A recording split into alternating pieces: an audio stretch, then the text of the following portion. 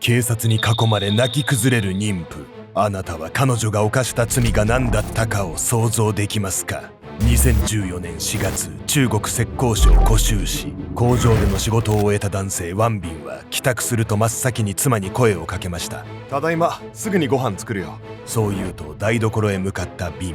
彼は妊娠中の妻に代わり料理から掃除まで全ての家事を引き受けていました。当然2人の生活費も全てビンが稼ぐ必要があり、彼には休む暇もありません。そしてビンがここまで尽くすことにも理由がありました。妻のチェン・ユエホアは軍所属のエリート医師。決して学があるとは言えないビンにとって優秀な妻は唯一の誇りだったのです。そう、夫ビンは想像もしていませんでした。妻のユエホアが同時に3人の男性と結婚している上、男だったなどとは。妊婦を装い3人の男性と結婚した男。男の目的とその巧妙な騙しの手口とは、男は知り尽くしていたんです。抗うことのできない男の本能を。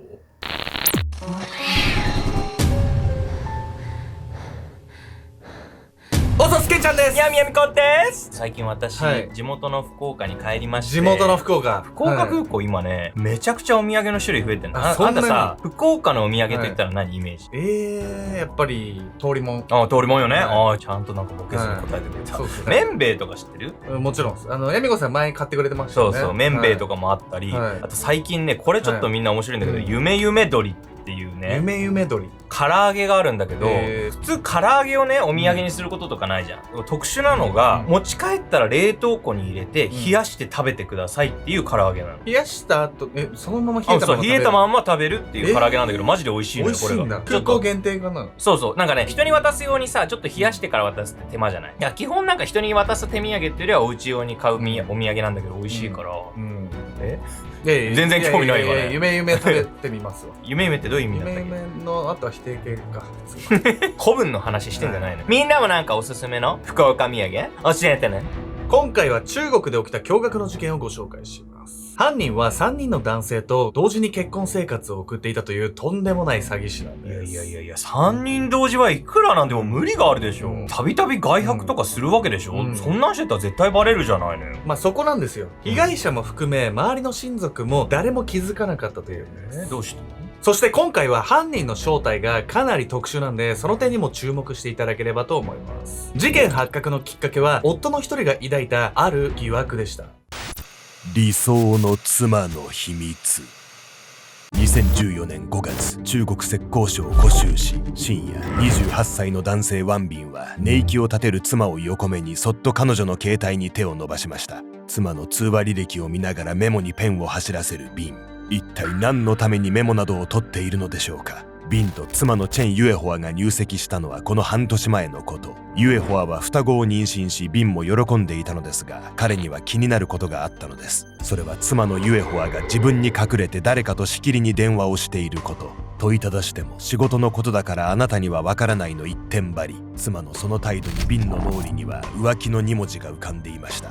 そして電話の相手の正体を突き止めるべく彼女の通話履歴を調べていたのです。後日、妻のユエホアが外出した隙にビンは意を決してメモの番号に電話をかけました。すると繋がった電話の先から聞こえてきたのは案の定男性の声。お前は誰だ？ユエホアは俺の妻だぞ。ビンは怒りに震えながらそう叫びました。すると電話口の男性からは想定外の言葉が返ってきたのです。いや、ユエホアは僕の婚約者ですよ。男性の名はジャンちゃん。彼はユエホアと婚約しているだけでなく、お腹の子も自分の子だというのです。ビンは最初こそ状況を飲み込めずにいましたが、話をするうちに電話口のジャンと自分の共通点に気づきます。それはジャンが自分と全く同じ経緯で妻のユエホアと出会っていること。偶然にしては何もかも一緒すぎる。俺はずっと騙されていたのか。時は半年前へ遡り、2013年10月の末。ビンはある女性の SNS プロフィールを眺めながら幸せそうに頬を緩ませていました。その女性は後に妻となるユエホア。現役の軍医で湖州の病院に勤務しています。軍服姿の写真と知性と温かみを感じる言葉。高学歴高収入の彼女は学歴もなければ裕福でもないビンにとって高嶺の花と言える存在でした。しかしユエホアは決して彼を見下したりはしません。お疲れ様。工場の仕事って本当に大変よね。ユエホアはいつもそう言ってビンをねぎらい、温かい言葉をかけてくれるのです。数ヶ月のやりとりを経てお互い惹かれ合ったビンとユエホアは実際に会うことに。工場勤務に忙殺される日々で両親からの結婚のプレッシャーに悩んでいたところ、気晴らしに始めた SNS で思わぬ出会いを見つけたビン。彼は意気揚々と待ち合わせ場所へ向かうのです。待ち合わせ場所に現れたユエホアは、肩に届く長い髪に細く愛らしい声とネット上のイメージそのままの女性でした。私の両親は早くに亡くなってね。ずっと一人で頑張ってきたから、こうして恋愛するのは初めてなの。ただでさえ手の届かない相手だと思っていたユエホアからそんな言葉を言われれば、ビンもその気にならずにはいられません。この時から彼は自分が彼女を守らねばと強い使命感を抱くようになったのです。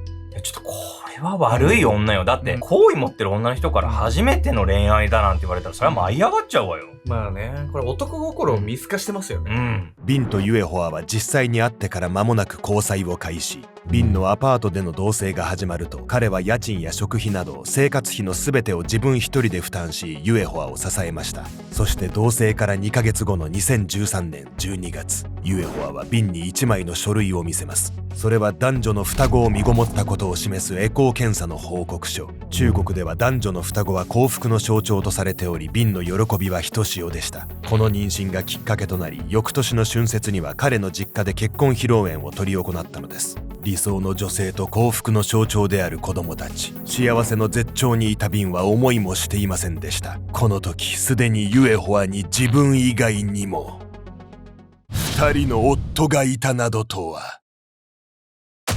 ほんと一緒暮らしてんのになんでさ、他に夫がいるって気づかないの？どういうこと？まあそれはユエホアの嘘があまりにも巧みすぎたからなんです。妊婦の正体。結婚生活を続けるうち、いつも隠れて電話しているユエホアの振る舞いに違和感を抱いたビンは、ついにもう一人の夫のチャンの存在にたどり着きました。もう一人の夫チャンがユエホアと出会ったのは、ビンが彼女と出会うより前の2013年の初め。チャンは既婚者だったのですが、当時は事業の失敗と夫婦仲の悪化で精神的に弱っていたといいます。そんな中、彼は SNS を通じて知り合ったユエホアに癒しを求め、二人は不倫関係に。するとしばらくしてユエホアは双子を妊娠したとエコー写真を見せてきたのです。奥さんと別れて私と結婚して。ユエホアにそう迫られたチャンは長年連れ添った妻と離婚。時系列で言えば彼女はこの数ヶ月後にビンと同棲を開始するのですが、一体どのように二重生活を成り立たせていたのでしょうか。簡単なことでした。ユエホアはもう一人の夫チャンとは一緒に暮らしていないのです。チャンが以前の妻と離婚した直後、彼女は次のように切り出しました。アメリカの大学で博士号を取ることになったの。それで費用を工面してほしいんだけど。この言葉を信じたチャンは愛する妻のために金策に走り、約3万元、日本円にして約47万円を用意。その後もユエホアがアメリカにいると信じ送金を続けていました。確かにアメリカに留学してるって言っとけば他の男と同棲してもバレないわよね。お医者さんっていうもんだから全然それってありえるじゃない。そうやってね、自分の地位を使って騙してたってことなのね。まあその軍医っていう地位も本当かどうか怪しいですけどね。やがてもう一人の夫であるビンからの電話でチャンは真実を知ることに。彼はすぐに警察へ通報し、警察と共にユエホアの元へ向かったのです。警察が事情聴取を行うと、ユエホアは至って落ち着いた様子で応じました。私は南京軍区総委員所属の現役の軍官です。ユエホアはそう言うと軍の身分証を提示しますが、それを見た元軍人の警官は怪訝そうに目を細めます。所属委員の委員長の名前と政治委員の名前は？警官がしたその問いかけはその病院の人間であれば知っていて当然のもの。しかしユエホアは答えられません。そう、警官は身分証が偽物だと見抜いた上でその質問をしたのです。こうして夫たちに語っていた軍医という身分も博士号を取るためのアメリカ留学も虚偽だと暴かれたユエホアは詐欺の疑いで警察署へ連行。ただそれらの嘘はまだ序の口でした。警察署で尋問を受けたユエホアは夫たちのいずれもが知らなかった驚愕の事実を明かします。それは彼女が男だということ。男だったの？だってユエホア妊娠してるんじゃなかったの？ユエホアは男でありながらもどうやって3人の男性を騙していたのか。チェン・ユエホアという嘘。ユエホアの正体はワンダーリーという名の男性。彼は軍医であると偽っていましたが、実際の学歴は中卒で、医学的な教育はおろか軍に所属した経歴すらありません。それどころか窃盗や詐欺など複数の犯罪で服役経験のある前科者でした。女性になりすまそうと考えたきっかけは恋人との破局。犯罪しかしてこなかったダーリーの先行きは不安定で、恋人の存在は唯一の救いだったのかもしれません。失恋のショックに打ちひしがれた彼はこう決意するのです。こうなったらもっとヤバい犯罪をやってやる。そこからダーリーはネット上でエリート女性軍医という虚構の人物を作り上げました。ハイスペックな女性を演じ、そうした女性に手の届かない男性を騙してお金を巻き上げようと画策したのです。ただネット上で女性のふりをして男性を騙すまでならできても、実際に男性と交際し同棲までできてしまうケースは聞いたことがありません。にわかには信じがたい話ですが、ダーリーは生まれつき体毛が薄く、喉仏も目立たない体質、声も細く高かったため、女装をすれば本当に男だとは分からなかったというのです。そしてダーリーは軍医の立場を装うため、自宅に大量の医学書や医療器具を揃え、独学で医学の知識を学んでいきました。驚かされることに近隣住民にも医師として振る舞い、実際に診察や注射などの処置もしていたといいます。いや、医師免許もないのにさ、診察とか注射してんのやばすぎるでしょ、この人。独学でね、そこまでなりきれるってのもすごいですけどね。いやこうして完成したチェン・ユエフォアという架空の姿で、ダーリーは男たちへのアプローチを開始するんです。ダーリーのことを警察に通報した2人の夫の他にも、彼はもう1人男性を騙していました。その人物とは、1人目のちゃんと同時期に交際、結婚披露宴を執り行った後、配属が変わったと告げて家を出ると、3人目のビンとの同棲を始めました。ダーリーは嘘がバレないよう入籍書類も偽造、被害者たちに正式な結婚だと信じ込ませ、3人の男性と同時進行で結婚生活を送っていたのです。またダーリーがターゲットにしたのは、いずれも学歴にコンプレックスを抱え、経済的に苦境に立たされている男性。優秀な軍医の女性が自分に振り向いてくれた。劣等感を持つ男性の自己肯定感をその体験で満たし、彼らに疑いの余地を持たせなかったのです。気になるのは、男性たちがいずれもダーリーと肉体関係を持っていたこと。それでも彼らがダーリーを男だと気づかなかったのは、彼が大事な部分には絶対に触れさせなかったから。ダーリーは性行為の際、決して明かりをつけず、さらにシリコン製のショートパンツを着用。男性たちはそれを裸で触れ合っていると思い込んでいました。その上でダーリーは敏感な部位へ触れようとすると恥ずかしがっていたのですが、その姿も男性たちには清純で奥ゆかしいと映っていたのです。同じ男性のところに長居しなかったのも、自分が男だとバレるリスクを減らすため。そして彼は関係がある程度深まった段階で必ず妊娠したと告白するのです。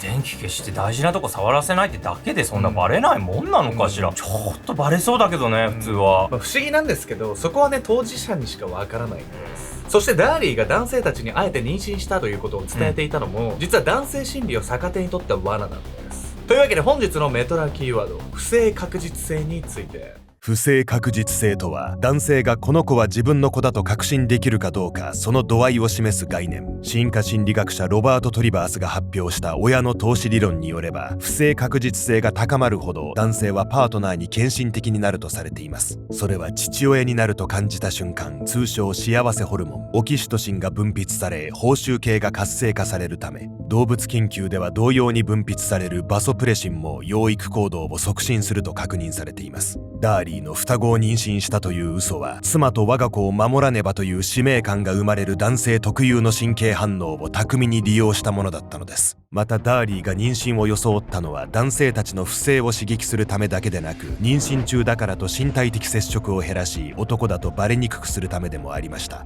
ダーリーは実在する病院名が印刷されたエコー写真をネットで購入し、妊娠の現実味を演出。そして大きく膨らんだそのお腹の中身は、